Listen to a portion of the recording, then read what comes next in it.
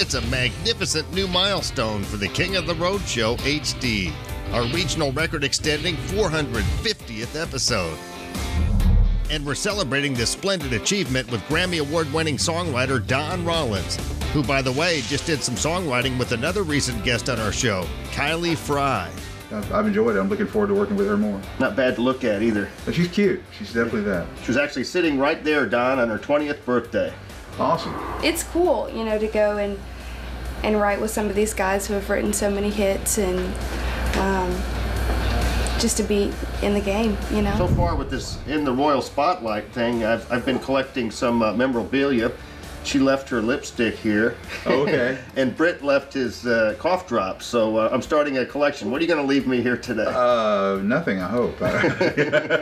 Maybe a guitar? Yeah, a pig or something. Of course, Don Rollins is best known for co-writing the Grammy Award-winning song, It's 5 O'Clock Somewhere. Yeah, Jim Brown is my co-writer on It's 5 O'Clock Somewhere, and several other songs that I really love and that I hope one day will get cut. He's a fabulous musician. If you've ever bought a Brad Paisley album, you've heard him play piano. When Brad cuts an album, there's usually at least one or two instrumental tunes on there that are just like, you know, see how fast we can play kind of things. And Moose is the piano player on those things, and I mean, he's phenomenal. He's done all these recent Willie Nelson records, Band of Brothers and all that kind of stuff. He's a piano player on that.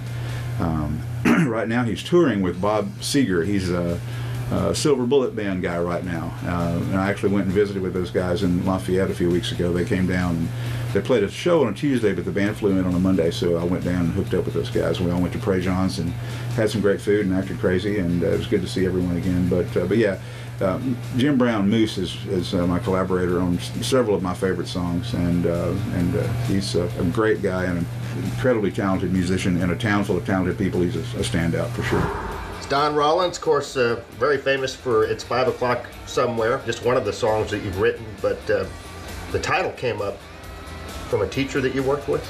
The guy that I first started teaching with when I was right out of college, his name was Jim Blacksher, and I was his assistant at Humble High School. And he was just a good old boy from East Texas and liked to drink a beer. And we would lock up the band hall about 3 o'clock in the afternoon, and on most days, and I would say before we left, I'd say, well, Jim, you want to grab a beer before you go home? And he'd look at his watch and he'd say, well, it's 5 o'clock somewhere, sure. So he said that every day, and I guess it stuck in the back of my head and came out when it needed to. Of course, it was made into a music video and been played in live albums with Alan Jackson and Jimmy Buffett. That must have been a really thrilling period in your life. It was really a lot of fun. Yeah, I think Buffett did 4 live albums that summer that the song was out, and it was on all of them. It was his first top 40 hit in probably 30 years, too. It was his first #1, period. His chart success peaked in 1977. Margaritaville was number 8 on the pop charts in '77. And yeah, so this was his first #1. It was his first song to win any kind of award. You know, and honestly, I think that was a lot of the reason why it won the Grammy that year, was because there was a lot of members of NARAS, the society that votes on the Grammys, that were saying, it's about time Buffett got his due. So I think there was a wave of that to ride, you know, and yeah. I'm not complaining. So he's always had a cult following. Oh, definitely. Yeah. Yeah. If you ever been to one of his shows, I have been. Yeah, in Austin one time. Right. I mean, they're packed.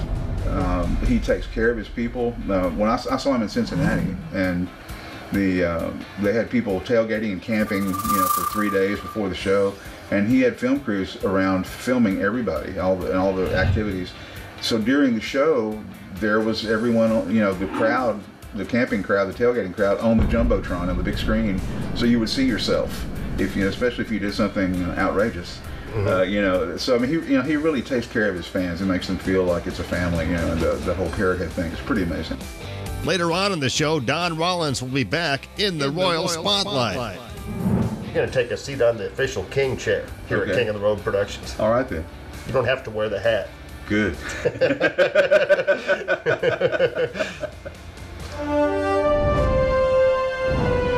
Coming up next, we'll air Blackberry Smoke's new music video, Too High, as our magnificent music clip of the week.